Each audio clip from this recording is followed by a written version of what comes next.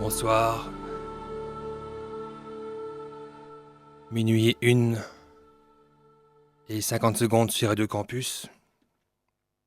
Benoît Muche au micro pour un nouvel épisode d'Écho dans la nuit. Tout de suite, dans quelques instants de l'avenir tout proche, 3 poèmes de Louis Aragon, suivis de la suite des contes des 1001 nuits.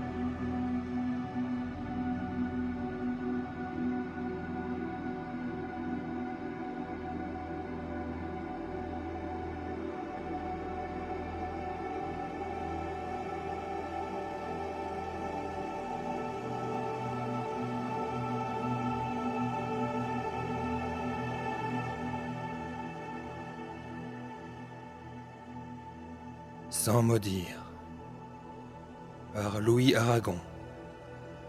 Recueil Feu de joie, 1920.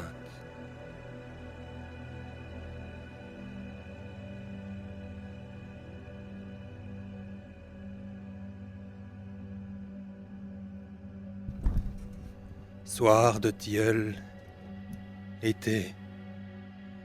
On parle bas aux portes. Tout le monde écoute mes pas. Les coups de mon cœur sur l'asphalte. Ma douleur ne vous regarde pas. Œillères de la nuit, nudité, le chemin qui mène à la mer me conduit au fond de moi-même, à 2 doigts de ma perte. Polypiers de la souffrance, algues, coraux, mes seuls amis. Dans l'ombre, on saurait voir l'objet de mes plaintes, une trop noire perfidie.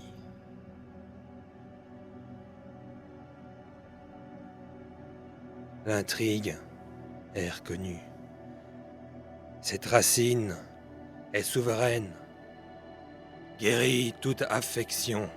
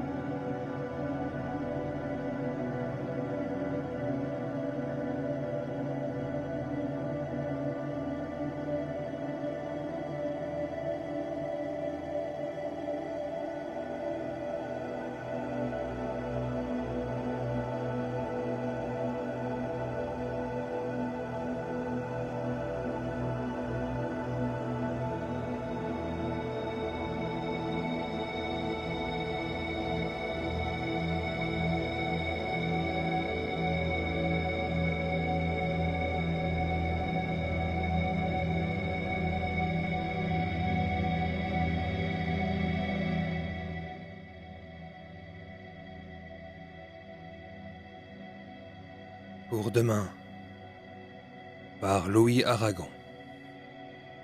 Recueil Feu de joie, 1920.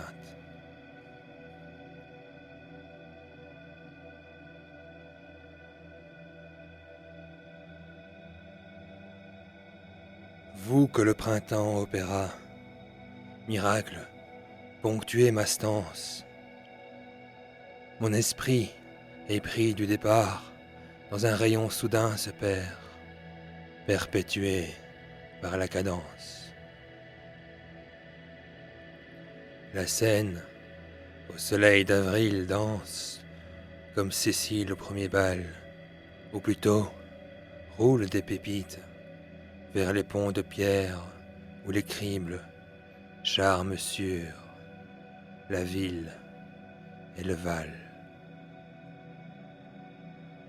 Les quais, gais comme en carnaval, vont au-devant de la lumière.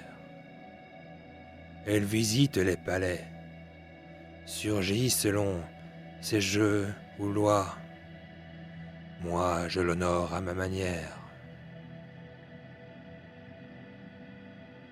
La seule école buissonnière, et non silène, m'enseigna cette ivresse, couleur de lèvres, et les roses du jour aux vitres, comme des filles d'opéra.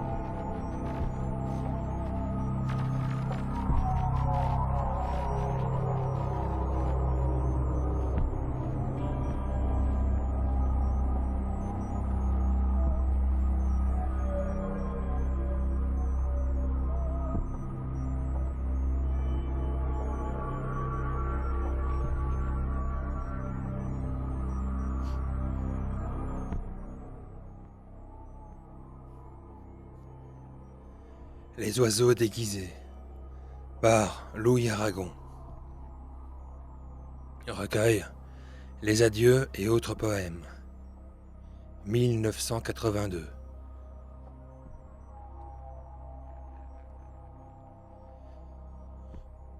Tous ceux qui parlent des merveilles, leurs fables cachent des sanglots.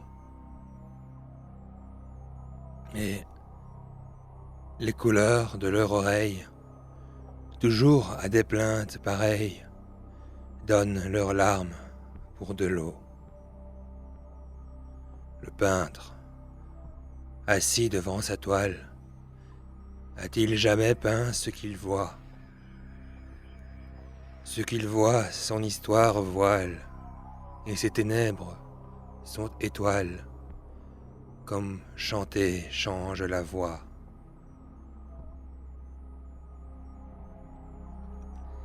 Ses secrets, partout qu'il expose, ce sont des oiseaux déguisés, Son regard embellit les choses, et les gens prennent pour des roses la douleur dont il est brisé.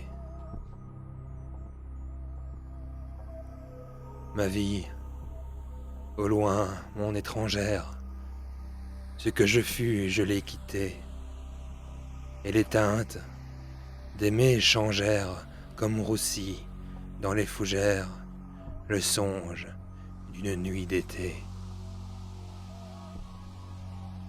Automne, automne, long automne, comme le cri du vitrier, de rue en rue et je chantonne un air dont lentement s'étonne celui qui ne sait plus prier.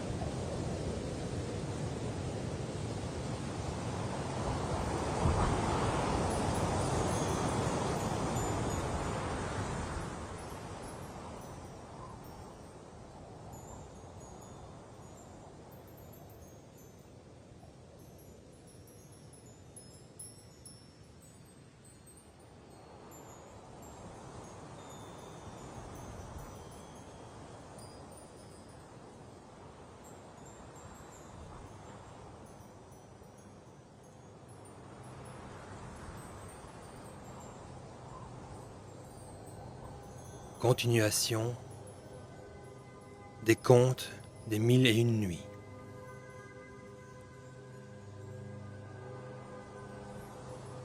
Je te promets que tu seras content de moi. Tu n'es qu'un traître, repartit le pêcheur. Je mériterais de perdre la vie si j'avais l'imprudence de me fier à toi. vu que tu ne manquerais pas de me traiter de la même façon qu'un certain roi grec traita le médecin Douban. C'est une histoire que je veux te raconter, écoute. Histoire du roi grec et du médecin Douban.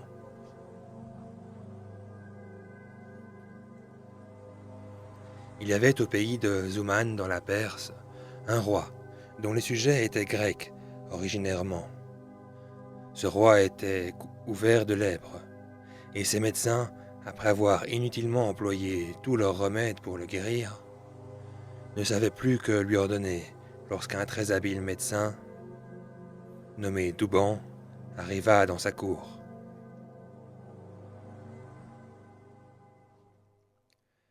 Ce médecin avait puisé sa science dans les livres grecs, persans, turcs, arabes, latins, syriaques et hébreux. Et outre qu'il était consommé dans la philosophie, il connaissait parfaitement les bonnes et les mauvaises qualités de toutes sortes de plantes et de drogues. Dès qu'il fut informé de la maladie du roi, et qu'il eut appris que ses médecins l'avaient abandonné, il s'habilla le plus proprement qu'il lui fut possible, et trouva moyen de se faire présenter au roi. « Sire, lui dit-il, je sais que tous les médecins dont votre majesté s'est servi n'ont pu le guérir de sa lèpre. Mais si vous voulez bien me faire l'honneur d'agréer mes services, je m'engage à vous guérir sans breuvage et sans topique. » Le roi écouta cette proposition. « Si vous êtes assez habile homme, répondit-il, pour faire ce que vous dites, je promets de vous enrichir, vous et votre postérité. Et sans compter les présents que je vous ferai, vous serez mon plus cher favori. Vous m'assurez donc que vous m'ôterez ma lèpre sans me faire prendre aucune potion et sans m'appliquer aucun remède extérieur ? » ?»« Oui, sire, repartit le médecin. Je me flatte d'y réussir avec l'aide de Dieu, et dès demain j'en ferai l'épreuve. » En effet, le médecin Douban se retira chez lui et fit un mail qu'il creusa en dedans par le manche, où il mit la drogue dont il prétendait se servir. Cela étant fait, il prépara aussi une boule de la manière qu'il la voulait, avec quoi il allait le lendemain se présenter devant le roi. Et se prosternant à ses pieds, il baisa la terre, et après avoir fait une profonde révérence, dit au roi qu'il jugeait à propos que sa majesté montât à cheval et se rendit à la place pour jouer au mail. Le roi fit ce qu'on lui disait, et lorsqu'il fut dans le lieu destiné à jouer au mail à cheval, le médecin s'approcha de lui avec le mail qu'il avait préparé et le lui présentant. « Tenez, sire, lui dit-il, exercez-vous avec ce mail en poussant cette boule avec par la place jusqu'à ce que vous sentiez votre main et votre corps en sueur. Quand le remède que j'ai enfermé dans le manche de ce mail sera échauffé par votre main, il vous pénétrera par tout le corps. Et sitôt que vous suerez, vous n'aurez qu'à quitter cet exercice car le remède aura fait son effet. Dès que vous serez de retour en votre palais, vous entrerez au bain, et vous ferez bien laver et frotter. Vous coucherez ensuite, et en vous levant demain matin, vous serez guéri. » Le roi prit le mail et poussa son cheval après la boule qu'il avait jetée. Il la frappa. Elle lui fut renvoyée par les officiers qui jouaient avec lui. Il la refrappa. Et enfin, le jeu dura si longtemps que sa main en sua aussi bien que tout son corps. Ainsi, le remède enfermé dans le manche du mail opéra comme le médecin l'avait dit. Alors le roi cessa de jouer, s'en retourna dans son palais, entra au bain et observa très exactement ce qui lui avait été prescrit. S'en trouva fort bien, car le lendemain en se levant, il s'aperçut avec autant d'étonnement que de joie que sa lèpre était guérie et qu'il avait le corps aussi net que s'il n'eût jamais été attaqué de cette maladie. D'abord qu'il fut habillé, il entra dans la salle d'audience publique, où il monta sur son trône et se fit voir à tous ses courtisans que l'empressement d'apprendre le succès du nouveau remède y avait fait aller de bonne heure. Quand ils virent le roi parfaitement guéri, ils en firent tous paraître une extrême joie. Le médecin Douban entra dans la salle et s'alla prosterner au pied du trône, la face contre terre. Le roi, l'ayant aperçu, l'appela, le fit asseoir à son côté et le montra à l'assemblée, en lui donnant publiquement toutes les louanges qu'il méritait. Ce prince n'en demeura pas là. Comme il régalait, ce jour-là, toute sa cour, il le fit manger à sa table seul avec lui, et vers la fin du jour, lorsqu'il voulut congédier l'assemblée, il le fit revêtir d'une longue robe fort riche et semblable à celle que portaient ordinairement ses courtisans en sa présence. Outre cela, il lui fit donner 2000 sequins. Le lendemain et les jours suivants, il ne cessa de le caresser. Enfin, ce prince, croyant ne pouvoir jamais assez reconnaître les obligations qu'il avait à un médecin si habile, répandait sur lui tous les jours de nouveaux bienfaits. Or, ce roi avait un grand vizir qui était avare, envieux et naturellement capable de toutes sortes de crimes.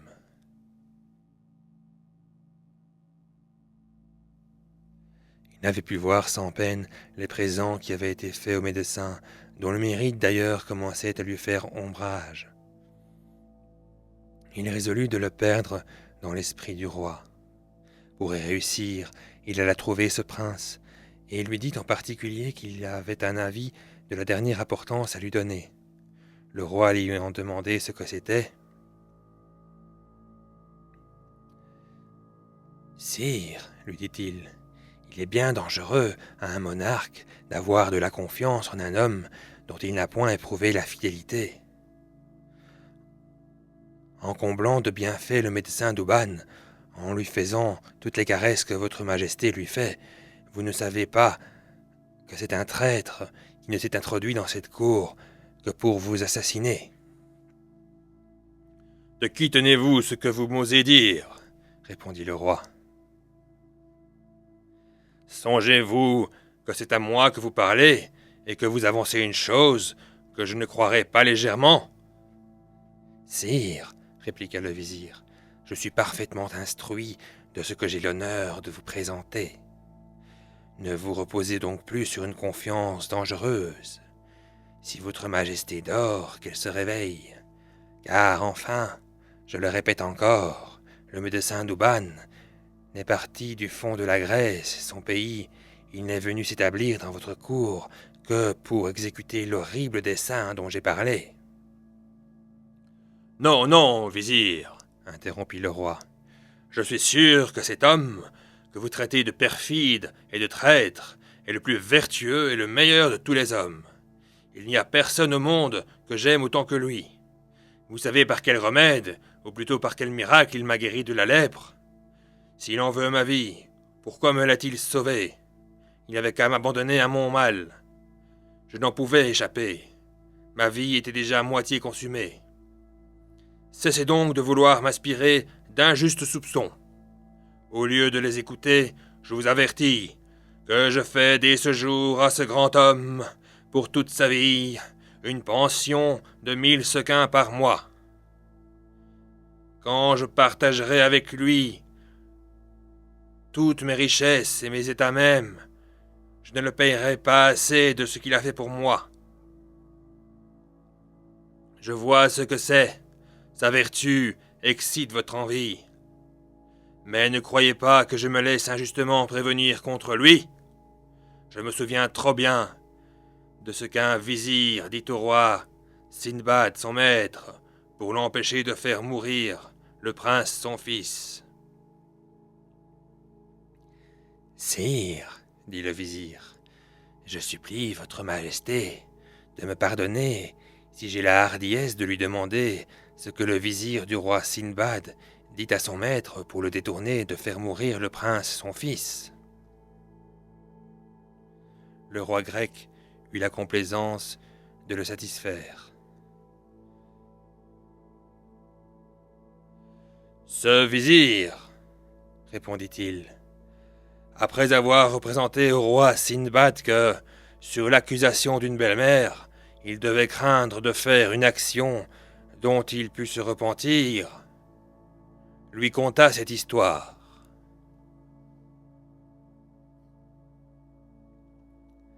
Histoire du mari et du perroquet.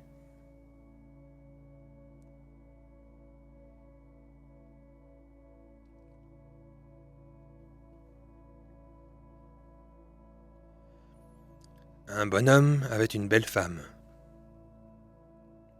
Il l'aimait avec tant de passion qu'il ne la perdait de vue que le moins qu'il pouvait. Un jour que des affaires pressantes l'obligeaient à s'éloigner d'elle, il alla dans un endroit où l'on vendait toutes sortes d'oiseaux.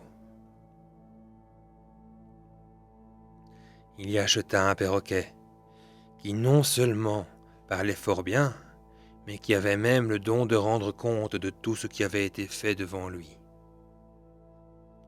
Il l'apporta dans une cage au logis, pria sa femme de le mettre dans sa chambre et d'en prendre soin pendant le voyage qu'il allait faire, après quoi il partit.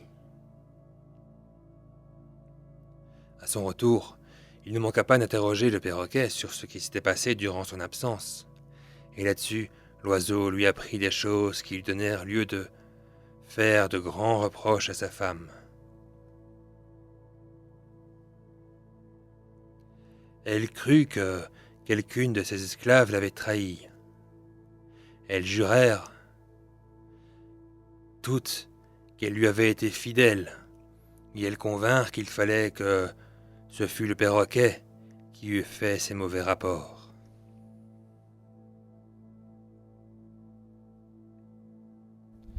Prévenue de cette opinion, la femme chercha dans son esprit un moyen de détruire les soupçons de son mari et de se venger en même temps du perroquet. Elle le trouva.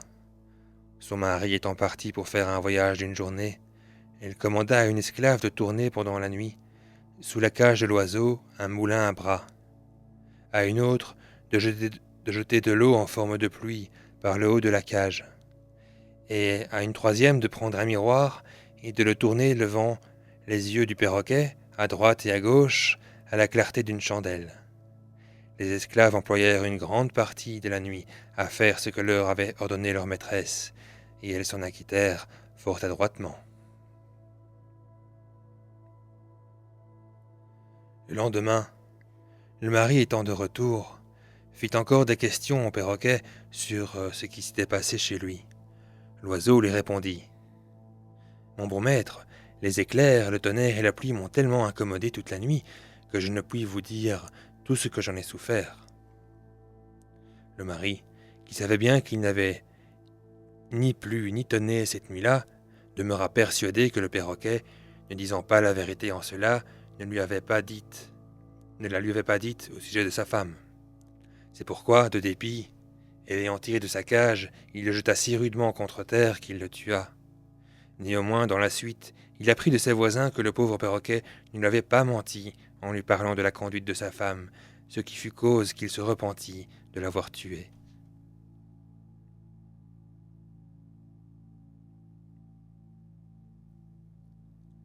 « Et vous, vizir, ajouta le roi grec, par l'envie que vous avez conçue contre le médecin Douban, qui ne vous fait aucun mal, vous voulez que je le fasse mourir, mais je m'en garderai bien, de peur de m'en repentir, comme ce mari d'avoir tué son perroquet. » Le pernicieux vizir était trop intéressé à la perte du médecin Douban pour en demeurer là. « Sire, répliqua-t-il, la mort du perroquet était peu importante, et je ne crois pas que son maître l'ait regretté longtemps. Mais pourquoi faut-il que la crainte d'opprimer l'innocence vous empêche de faire mourir ce médecin? Ne suffit-il pas qu'on l'accuse de vouloir attenter à votre vie pour vous autoriser à lui faire perdre la sienne? Quand il s'agit d'assurer les jours d'un roi, un simple soupçon doit passer pour une certitude, et il vaut mieux sacrifier l'innocent que sauver le coupable. Mais sire, ce n'est point ici une chose incertaine. le médecin Douban veut vous assassiner. Ce n'est point l'envie qui m'arme contre lui, c'est l'intérêt seul que je prends à la conservation de votre majesté. C'est mon zèle qui me porte à vous donner un avis d'une si grande importance. S'il est faux, je mérite qu'on me punisse de la même manière qu'on punit autrefois un vizir. « Qu'avait fait ce vizir, dit le roi grec, pour être digne de ce châtiment ?»« Je vais, répondit le vizir, l'apprendre à votre majesté. Quelle est, s'il lui plaît, la bonté de m'écouter. »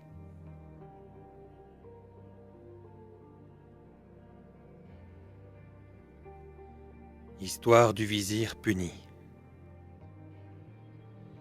Il était autrefois un roi, poursuivit-il, qui avait un fils qui aimait passionnément la chasse.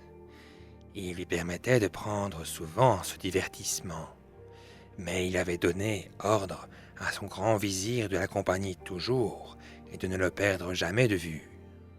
Un jour de chasse, les piqueurs ayant lancé un cerf, le prince, qui crut que le vizir le suivait, se mit après la bête. Il courut si longtemps, et son ardeur l'emporta si loin, qu'il se trouva seul. Il s'arrêta et, remarquant qu'il avait perdu la voie, il voulut retourner sur ses pas pour aller rejoindre le vizir, qui n'avait pas été diligent pour le suivre de près. Mais il s'égara. Pendant qu'il courait de tous côtés sans tenir de route assurée, il rencontra au bord d'un chemin une dame assez bien faite, qui pleurait amèrement. Il retint la bride de son cheval, demanda à cette femme qui elle était, ce qu'elle faisait toute seule en cet endroit, et si elle avait besoin de secours. « Je suis, lui répondit-elle, la fille d'un roi des Indes. En me promenant cheval dans la campagne, je me suis endormie et je suis tombée.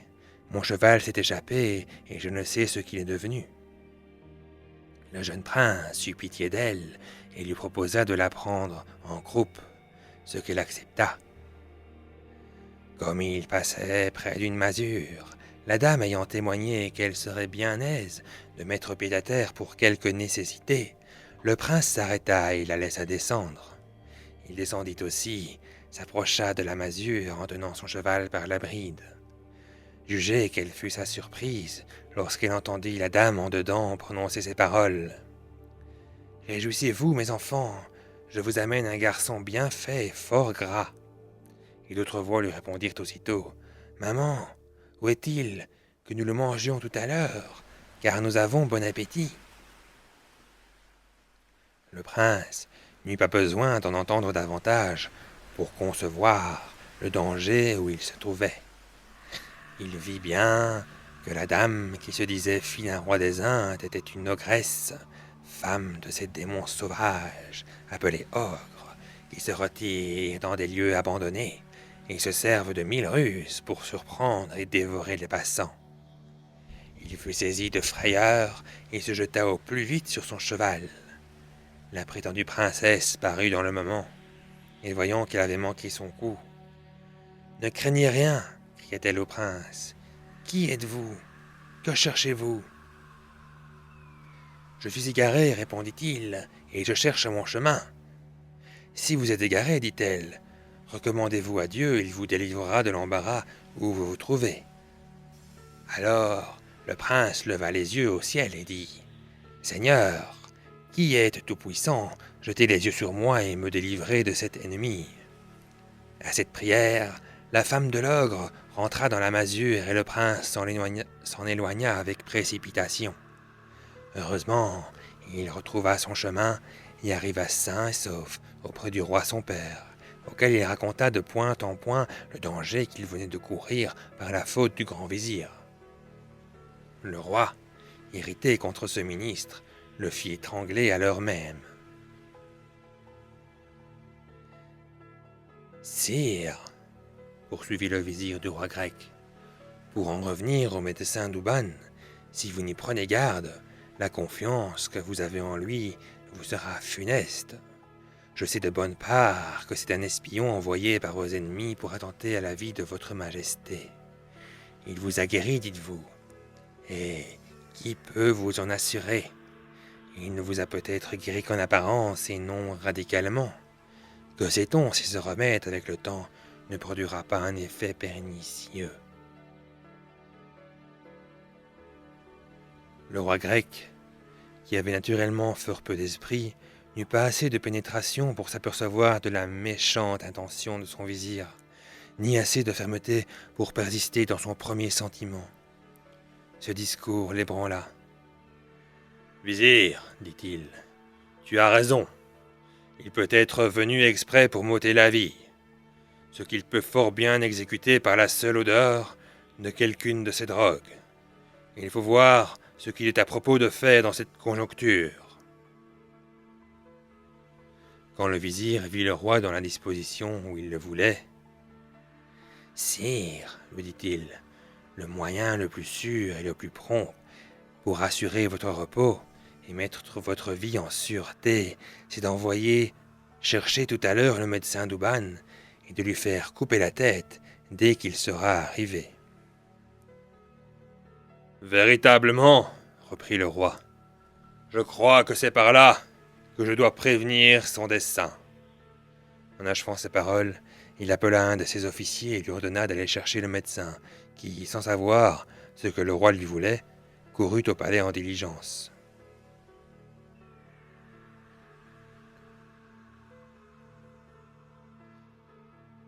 « Sais-tu bien, dit le roi en le voyant, pourquoi je te mande ici ? » ?»« Non, sire, répondit-il, et j'attends que votre majesté daigne m'en instruire. »« Je t'ai fait venir, reprit le roi, pour me délivrer de toi en te faisant ôter la vie. » Il n'est pas possible d'exprimer quel fut l'étonnement du médecin lorsqu'il entendit prononcer l'arrêt de sa mort. « Sire, dit-il, quel sujet peut avoir votre majesté pour me faire mourir ? Quel crime ai-je commis ? » ?»«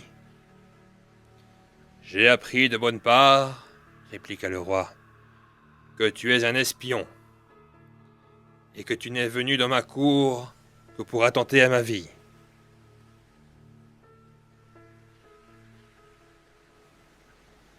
Mais pour te prévenir, je veux te ravir la tienne. Frappe, ajouta-t-il au bourreau qui était présent, et me délivre d'un perfide qui ne s'est introduit ici que pour m'assassiner. » À cet ordre cruel, le médecin jugea bien que les honneurs et les bienfaits qu'il avait reçus lui avaient suscité des ennemis, et que le faible roi s'était laissé surprendre à leurs impostures. Il se repentait de l'avoir guéri de sa lèpre, mais c'était un repentir hors de saison. « Est-ce ainsi, lui disait-il, que vous me récompensez du bien que je vous ai fait ?» Le roi ne l'écouta pas, et ordonna une seconde fois au bourreau de porter le coup mortel. Le médecin eut recours aux prières. « Hélas, sire, s'écria-t-il, prolongez-moi la vie, Dieu prolongera la vôtre. Ne me faites pas mourir, de crainte que Dieu ne vous traite de la même manière. » Le pêcheur interrompit son discours en cet endroit pour adresser la parole au génie. «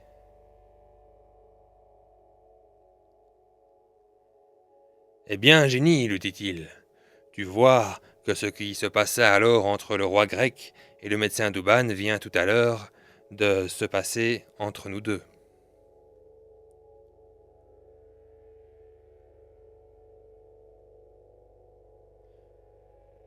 Le roi grec, continua-t-il, au lieu d'avoir égard à la prière que le médecin venait de lui faire, en le conjurant de Dieu, lui repartit avec dureté.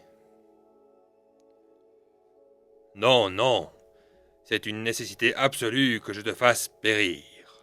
Aussi bien pourras-tu m'ôter la vie plus subtilement encore que tu ne m'as guéri. » Cependant le médecin, fondant en pleurs et se plaignant pitoyablement de se voir si mal payé du service qu'il avait rendu au roi, se prépara à recevoir le coup de la mort.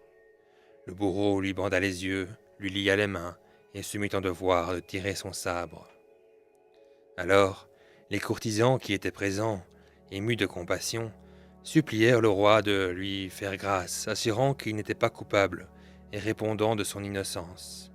Mais le roi fut inflexible et leur parla de sorte qu'ils n'osèrent lui répliquer.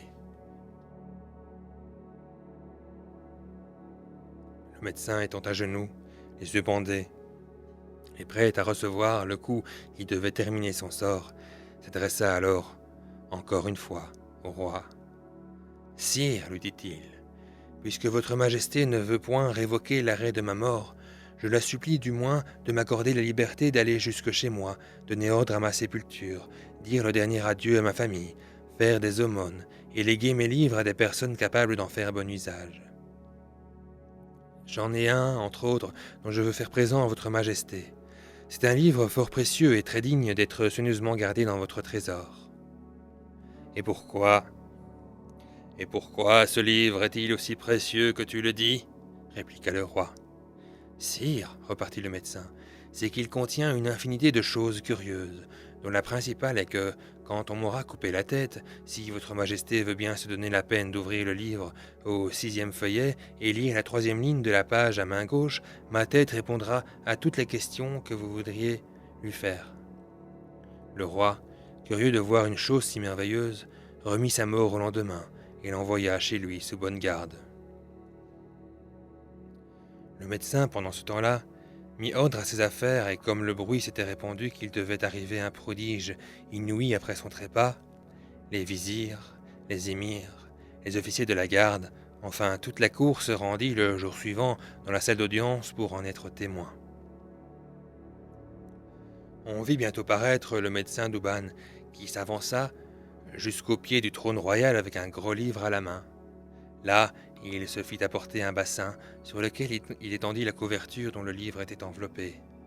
Et présentant le livre au roi, « Sire, dit-il, prenez s'il vous plaît ce livre, et dès que ma tête sera coupée, commandez qu'on la pose dans le bassin, sur la couverture du livre. Dès qu'elle y sera, le sang cessera d'en couler. Alors vous ouvrirez le livre et ma tête répondra à toutes vos demandes.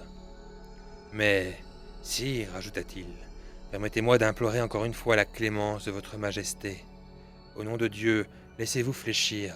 Je vous proteste que je suis innocent. »« Tes prières, répondit le roi, sont inutiles. Et quand ce ne serait que pour entendre parler ta tête après ta mort, je veux que tu meures. »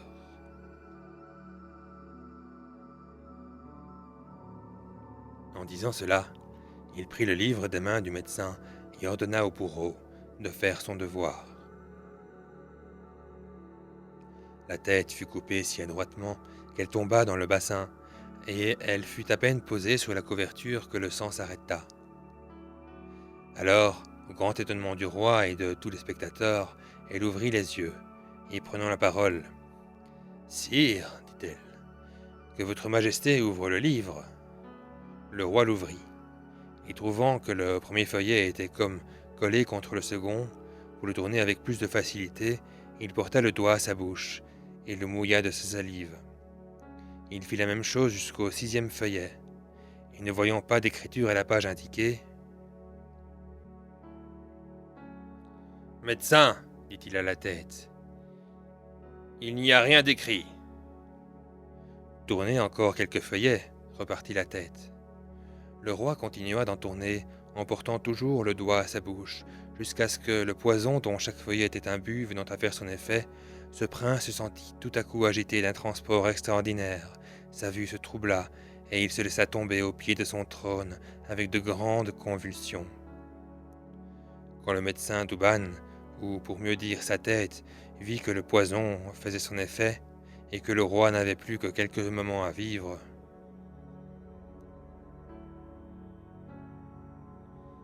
« Tyran !» s'écrie-t-elle.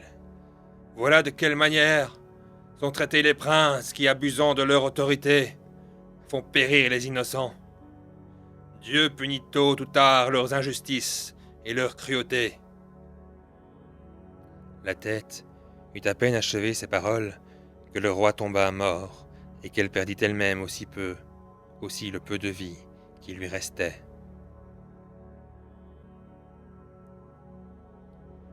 Sire, poursuivit Scheherazade, en s'adressant toujours à Ascariar, sitôt que le pêcheur eut fini l'histoire du roi grec et du médecin Douban, il en fit l'application au génie qu'il tenait toujours enfermé dans le vase.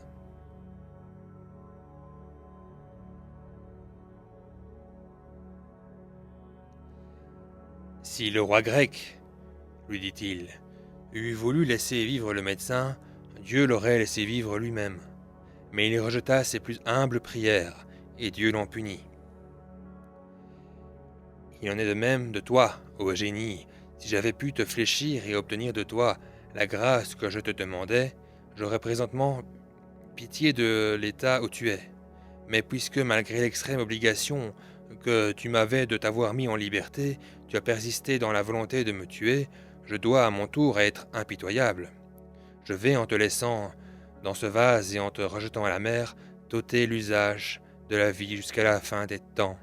C'est la vengeance que je prétends tirer de toi.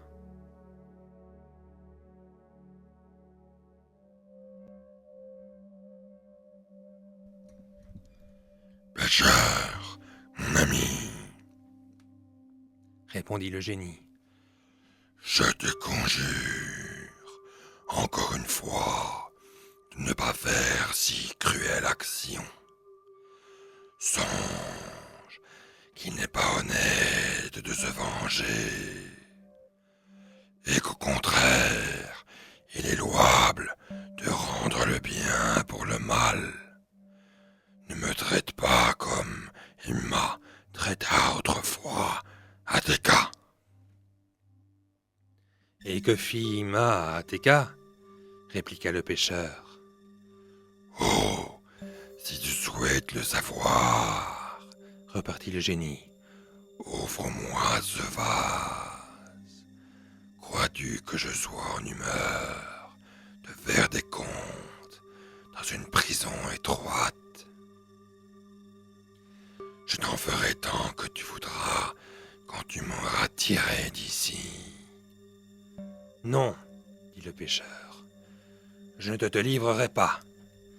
C'est trop raisonné. Je vais te précipiter au fond de la mer. Encore un mot, pêcheur. S'écria le génie. Je te promets de ne te faire aucun mal.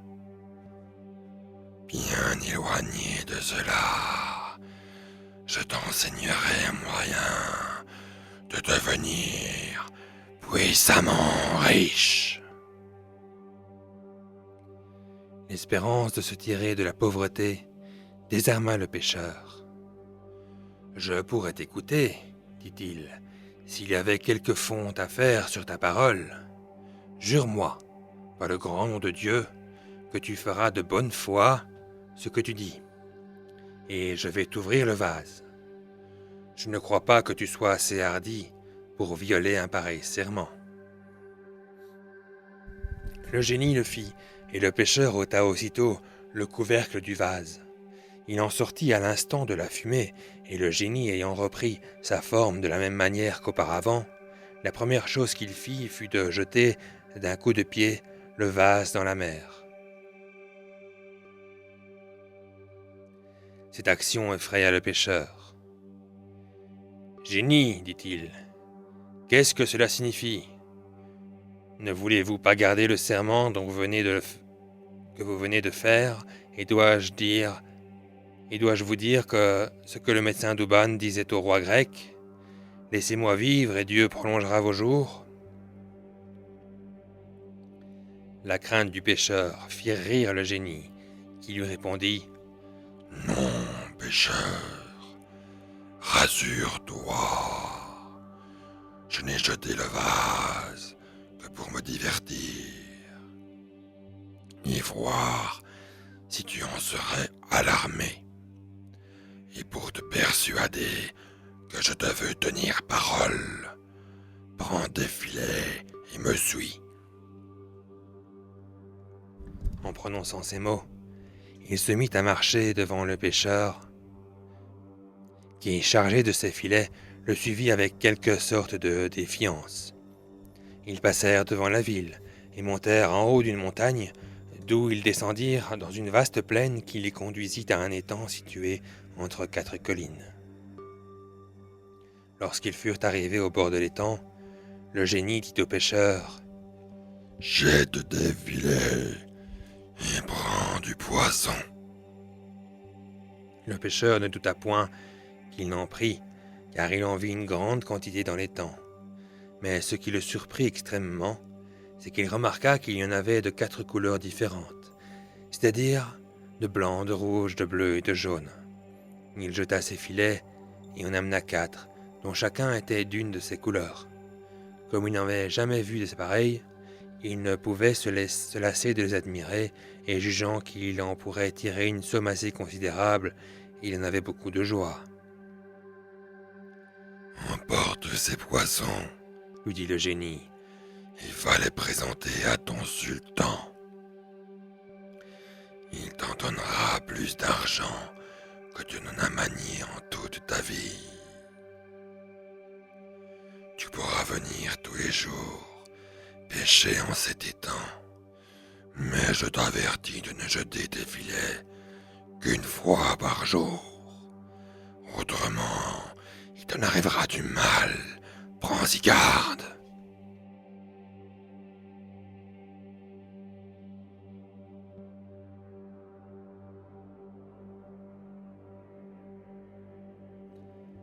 C'est la vie que je te donne. Si tu le suis exactement, tu t'en trouveras bien.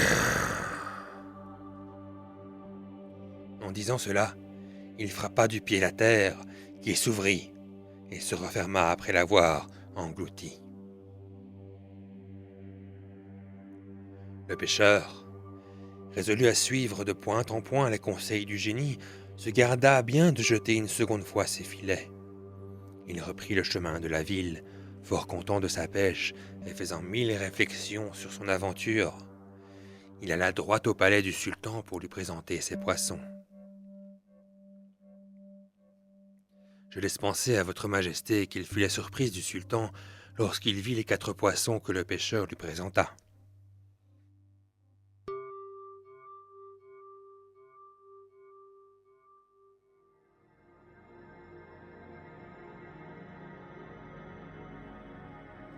Il les prit l'un après l'autre pour les considérer avec attention, et après les avoir admirés assez longtemps, « Prenez ces poissons, dit-il à son premier vizir, et les portez à l'habile cuisinière que l'empereur des Grecs m'a envoyé. Je m'imagine qu'ils ne seront pas moins bons qu'ils sont beaux. » Le vizir les porta lui-même à la cuisinière, et les lui remettant entre les mains. « Voilà, lui dit-il, 4 poissons qu'on vient d'apporter au sultan. Il vous ordonne de les lui apprêter. »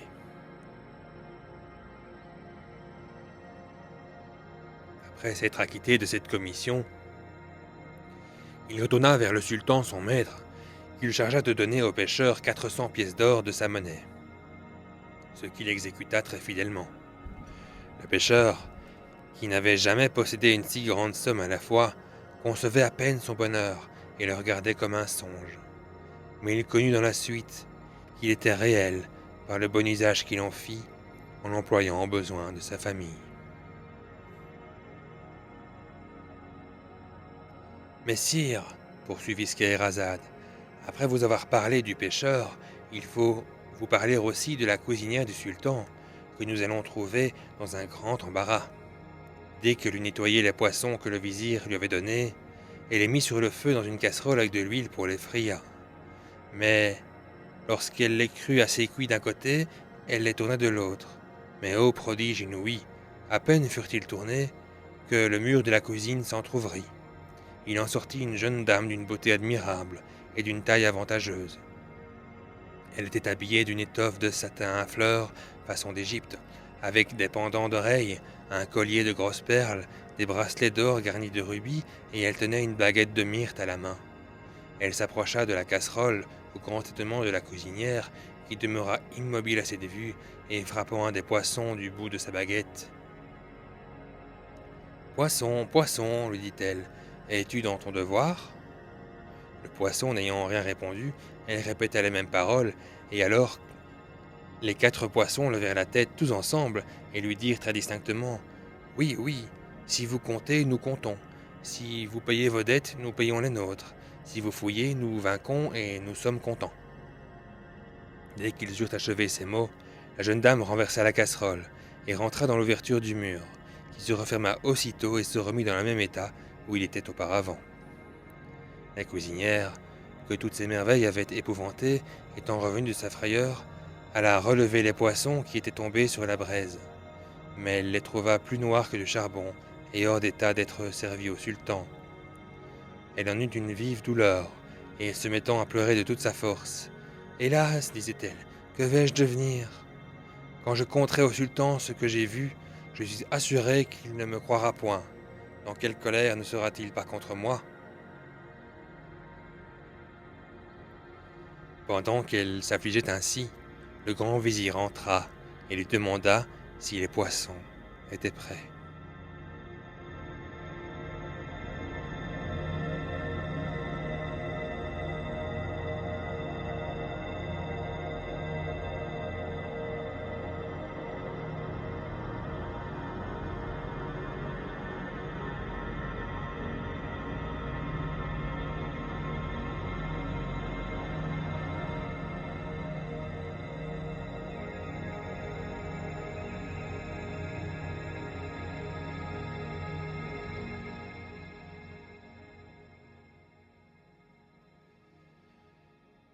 Une heure 2 sur Radio Campus, vous écoutez Écho dans la nuit. La suite de ce conte de Mille et une nuits et peut-être des suivants.